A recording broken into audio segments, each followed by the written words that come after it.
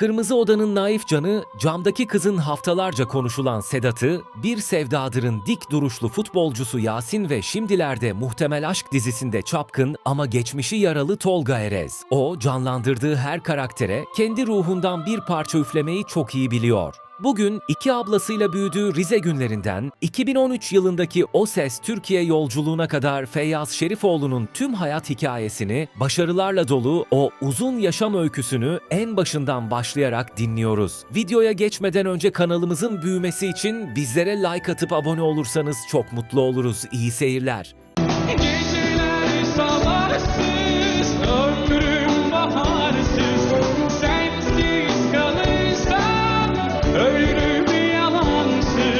7 Ağustos 1991 tarihinde Rize'de, Karadeniz'in köklü ve birbirine sıkı sıkıya bağlı geleneksel aile yapısı içinde dünyaya gözlerini açan Feyyaz Şerifoğlu, iki ablasıyla birlikte sevgi dolu ve kalabalık bir aile ortamında büyüdü. Çocukluk yıllarını bu coğrafyanın samimi, doğal ve insanı can cana tutan atmosferinde geçirirken, sanata olan ilk duyarlılığını da yine bu sıcak aile ortamında kazandı. Evlerinde sürekli müzikle ilgilenen ve amatör olarak org çalan anneannesi, onun melodiyle, ritim duygusuyla ve notaların büyülü dünyasıyla tanışmasını sağlayan ilk ve en önemli figür oldu. Henüz küçük bir çocukken ev ortamında kulak dolgunluğuyla başlayan bu müzik merakı, okul yıllarına taşındığında amatör şarkı söyleme denemelerine ve sahne sanatlarına karşı gizli bir hayranlığa dönüştü. Ancak lise eğitimini başarıyla tamamladığında, dönemin ailevi ve toplumsal şartları gereği önceliğini daha teknik, somut ve garantili bir meslek edinmeye vererek memleketi Rize'den ayrılma kararı aldı. Bu amaç doğrultusunda Tekirdağ'a doğru yola çıkan Feyyaz Şerifoğlu, Tekirdağ Namık Kemal Üniversitesi Çorlu Mühendislik Fakültesi Tekstil Mühendisliği bölümüne kaydoldu. Üniversite eğitimi boyunca mühendislik formasyonunun getirdiği analitik düşünme yapısını, planlama becerisini ve iş disiplinini hayatına başarıyla entegre etti. Fakat eğitim süreci tüm hızıyla devam ederken, içindeki yaratıcı enerjinin tekstil fabrikalarından ziyade spot ışıklarının altında ve sahnelerde hayat bulması gerektiğini her geçen gün daha güçlü bir şekilde fark etti. Nitekim mezuniyet diplomasını eline aldığı an, mühendislik mesleğini icra etmek yerine içindeki sesin peşinden gitmeyi seçti ve sanat dünyasının kalbinin attığı yer olan İstanbul'a taşınarak hayatında tamamen yeni ve geri dönüşü olmayan bir sayfa açtı. İstanbul'a gelişiyle birlikte profesyonel müzik dünyasına adım atmanın yollarını arayan Feyyaz Şerifoğlu, adını geniş kitlelere duyurabilmek amacıyla 2013 yılında dönemin en popüler televizyon platformu olan O Ses Türkiye yarışmasına katıldı. Yarışma sahnesinde sergilediği etkileyici performans ve büyük bir başarıyla seslendirdiği İnci Tanem şarkısı, jüri üyelerinin büyük takdirini kazanarak ona profesyonel müzik sektörünün kapılarını aralayan ilk somut basamağı sundu. Kal, gittiğin yerde mutlu ol.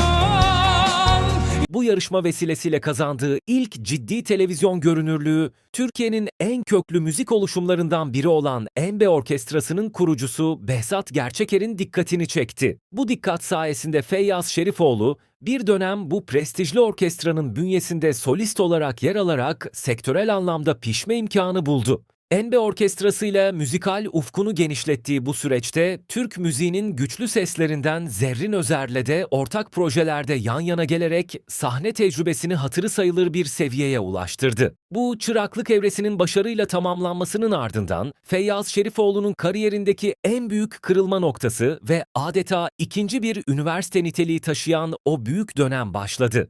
Türk pop müziğinin süperstarı Ajda Pekkan'ın ekibine dahil olmayı başararak uzun yıllar boyunca onun sahnelerinde geri vokal olarak görev aldı. Ajda Pekkan'ın arkasında canlı sahnelerde çalışmak, ona sadece doğru ve teknik şarkı söylemeyi değil, büyük kitleleri yönetmeyi, sahne aurasını doğru kullanmayı ve bir sanatçının sahip olması gereken profesyonel iş ahlakını kazandırdı. Sahne arkasında uzun yıllar boyunca biriktirdiği bu tecrübeyi kendi adına taçlandırmak isteyen Feyyaz Şerifoğlu, 2019 yılında söz ve müziği Onur Özdemir'e ait olan Gidene adlı ilk resmi single çalışmasını DMC etiketiyle piyasaya sürdü. Gidene bakın hele bir şu gidene, kalbimi çaldı.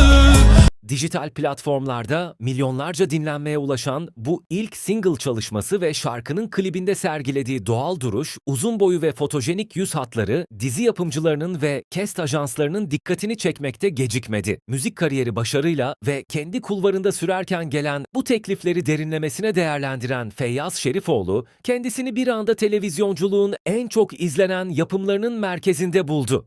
Televizyon ekranlarındaki ilk deneyimini 2020-2021 yılları arasında TV8'de yayınlanan Kırmızı Oda dizisinde sadece birkaç bölüm süren kısa süreli bir konuk olarak yaşadı. Dizide Boncuk karakterinin yalnızlığından doğan hayali sevgilisi Can karakterine hayat verdi. Can, masumiyeti, şefkati ve korumacı yapısıyla izleyicinin sevgisini kazandı.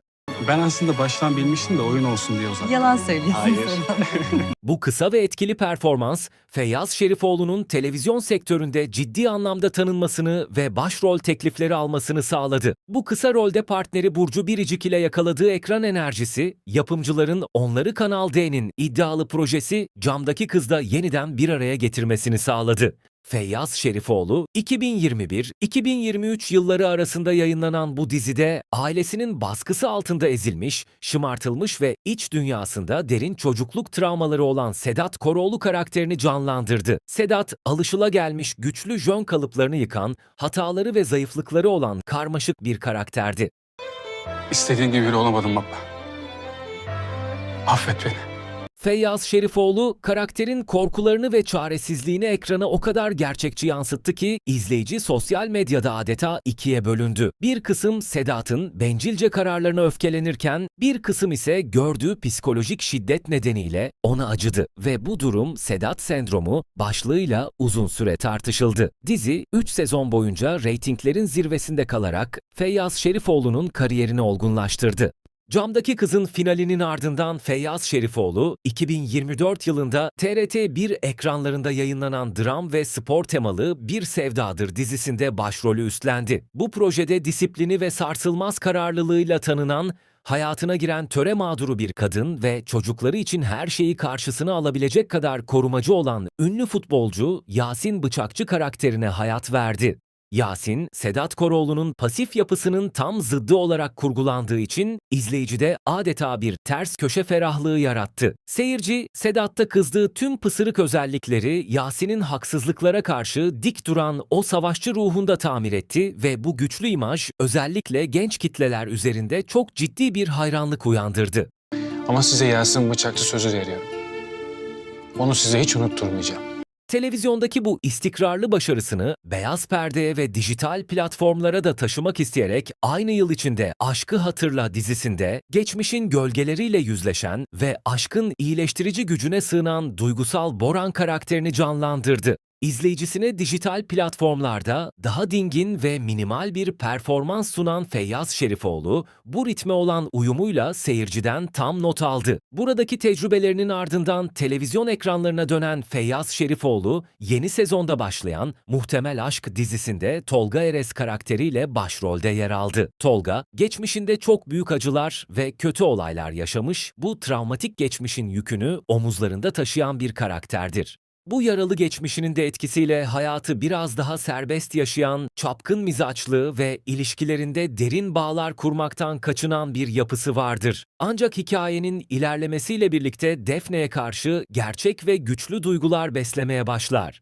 ve ona olan hoşlantısı iç dünyasını değiştirmeye başlar. Aynı zamanda hayatında Kadir'le çok büyük bir düşman olan Tolga, hem bu husumetle mücadele etmek hem de geçmişin gölgelerinden sıyrılarak Defne ile olan ilişkisini korumak zorunda. Feyyaz Şerifoğlu, Tolga'nın bu çapkın, geçmişiyle yaralı ve çatışmalarla dolu dünyasını ekrana başarıyla yansıtarak televizyondaki başrol grafiğini sürdürmektedir. Kariyerindeki bu yoğun, planlı ve yukarı yönlü yükseliş grafiği, magazin polemiklerinden ve yapay gündemlerden olabildiğince uzak durmayı tercih eden Feyyaz Şerifoğlu'nun özel hayatına da tamamen yansıdı. İş hayatındaki kontrollü, saygın ve profesyonel duruşunu özel yaşantısında da aynen koruyan Feyyaz Şerifoğlu, aradığı huzuru ve mutluluğu uzun süredir birlikte olduğu partnerinde buldu. 2024 yılında Capri Adası'nda gerçekleştirdiği son derece romantik bir evlilik teklifinin ardından çift 29 Haziran 2025 tarihinde aile fertlerinin ve sanat dünyasından yakın dostlarının katıldığı abartıdan uzak ama son derece zarif bir nikah töreniyle dünya evine girdi. Evliliğin getirdiği bu içsel huzurla işine daha da büyük bir tutkuyla odaklanan Feyyaz Şerifoğlu, bugün hem müzikal geçmişinden beslenen sahne disiplini hem de canlandırdığı derinlikli karakterlerle Türkiye'nin kendi kuşağındaki en istikrarlı, ayakları yere basan ve izleyiciyle bağını her daim güçlü tutan isimlerden biri olarak sanat yolculuğuna devam etmektedir.